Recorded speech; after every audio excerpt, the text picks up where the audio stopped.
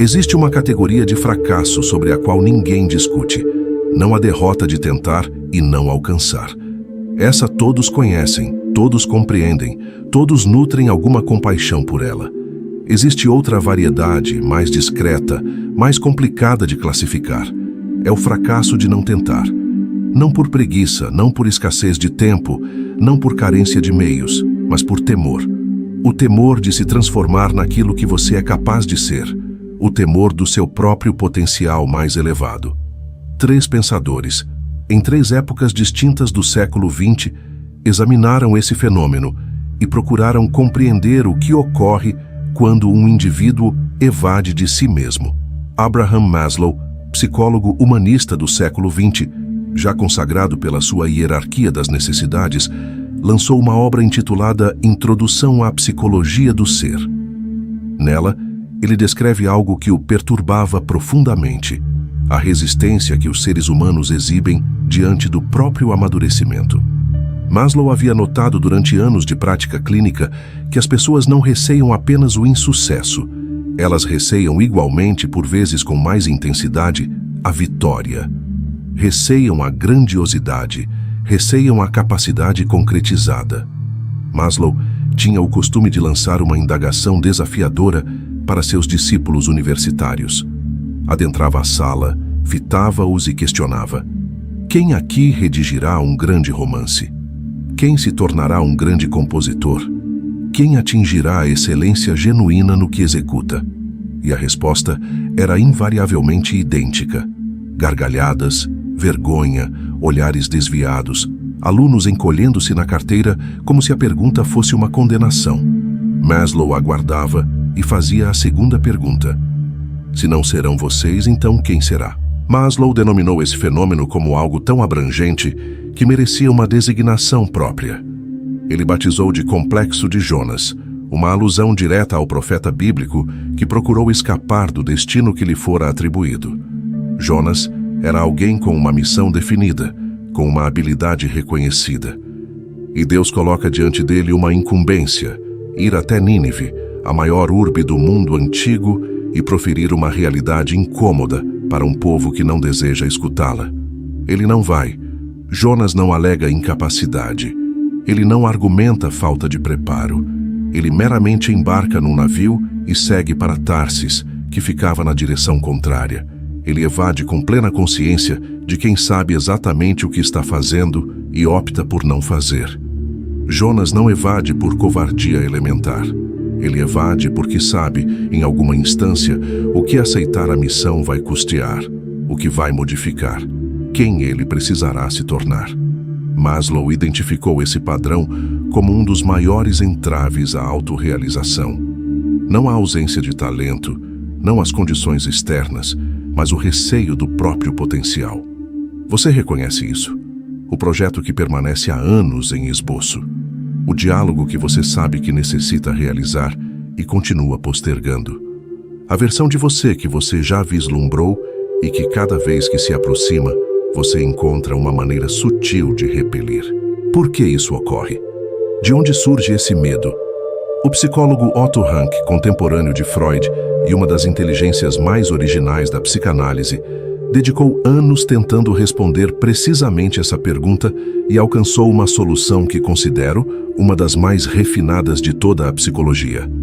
Rank afirmou: somos governados por 2 medos fundamentais que tracionam em direções opostas. O primeiro é o medo da morte, não necessariamente da morte corpórea, mas de uma morte psíquica. O medo de sumir, de ser olvidado, de se dissolver na multidão até que nada reste de singular em você. Esse medo nos impulsiona para fora, nos faz querer emergir, nos distinguir, existir de forma notória.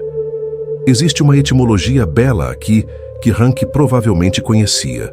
O vocábulo existir provém do latim existere, que significa literalmente sair de si mesmo, destacar-se, manifestar-se.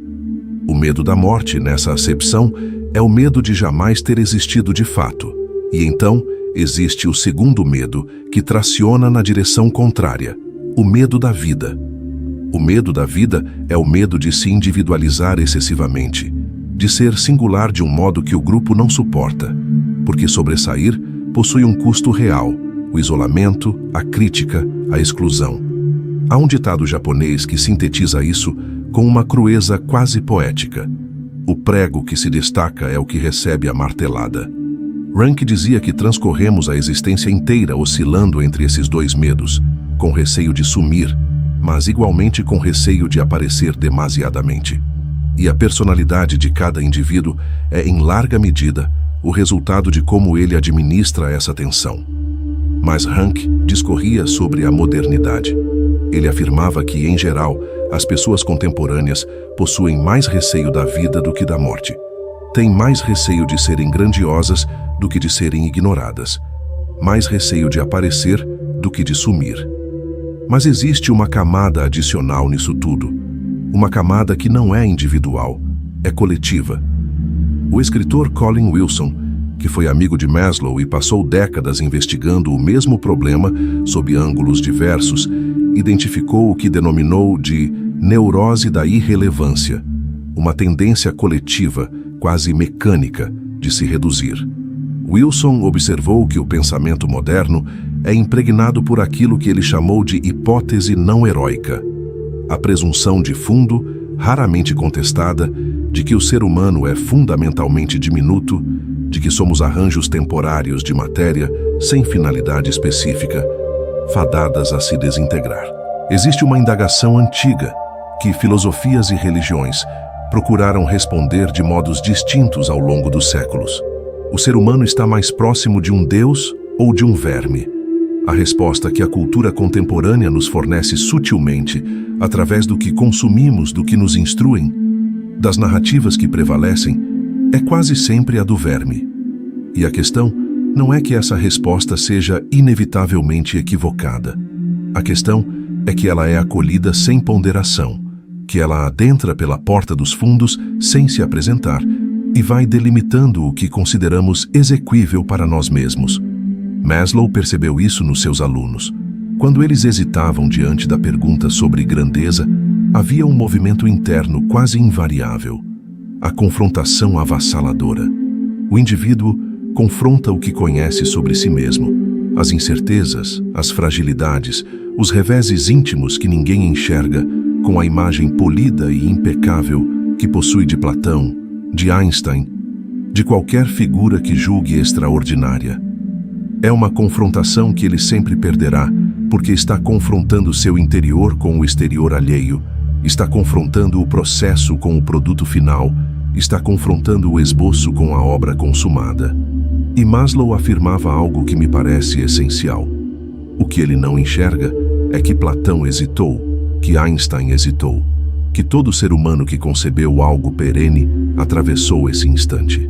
E alcançamos o ponto mais espinhoso, o que considero a origem mais sincera e mais incômoda do complexo de Jonas. Existe uma vantagem silenciosa em não crer no próprio potencial. Se estou persuadido de que sou medíocre, se interiorizei a noção de que não possuo o necessário para executar algo que verdadeiramente importe, então estou desobrigado. Disponho de um pretexto impecável para não tentar, para não me expor, para não arriscar o insucesso. Mas se eu aceitar que disponho de potencial real, se eu escancarar aquela porta, então perco a justificativa e adquiro uma incumbência que pode ser aterradora. A de ter que honrar o que existe dentro de mim, de ter que labutar, de ter que me submeter ao julgamento alheio e ao meu próprio, de ter que falhar e perseverar ainda assim. O teto rebaixado é cômodo, você não colide a cabeça. Nietzsche, que possuía uma capacidade singular de denominar as coisas que evitamos enxergar em nós mesmos, escreveu: eles temem o seu eu superior, porque quando ele fala com exigência. Isso é extremamente exato. O eu superior não transige, não admite meio termo, não se satisfaz com "mas eu tentei um pouco". Ele sabe do que você é capaz e recusa-se a fingir que ignora. Por isso é mais simples não escutá-lo. Amadurecer é incômodo por definição. Se não fosse, não seria amadurecimento, seria preservação. O incômodo que você sente quando uma oportunidade legítima aparece não é indício de que algo está equivocado. É indício de que algo autêntico está em jogo. Desejo concluir com uma imagem. Visualize duas variantes de você. Uma que executou tudo o que o medo ordenou. Recuou, adiou, reduziu, permaneceu dentro da embarcação em vez de ir até Nínive. E outra que, com medo e tudo, foi. A distinção entre essas duas variantes não reside na falta de medo, reside na decisão tomada na presença do medo. O complexo de Jonas não se dissipa. Maslow jamais garantiu isso. O que se modifica é a sua relação com ele, de submissão automática para diálogo consciente. Você aprende a identificar a evasão no instante em que ela principia. Aprende a indagar antes de embarcar para Tarsis. Estou sendo sensato ou estou fugindo? E com o tempo, aprende a realizar a coisa mais árdua que há. Dirigir-se em direção ao que é significativo, mesmo sentindo o peso de tudo que poderia fracassar. Kierkegaard afirmou que a fé é dar um salto, não uma caminhada serena para um destino assegurado, mas um salto com toda a vertigem que isso implica. Você não precisa ser religioso para compreender que existe, na existência de cada pessoa, um Nínive aguardando, uma coisa que você sabe que precisa realizar, uma versão de você que está esperando para ser ocupada, uma contribuição que só você pode oferecer, uma forma que só você pode dar. Porque a diferença entre Jonas antes e depois do grande peixe não é que ele perdeu o medo, é que ele foi mesmo assim. Se este conteúdo fez sentido para você, compartilhe com alguém que necessita ouvir isso hoje e relate-me nos comentários em qual esfera da sua vida você identifica o complexo de Jonas atuando. Desejo ler cada resposta. Encontro você no próximo vídeo.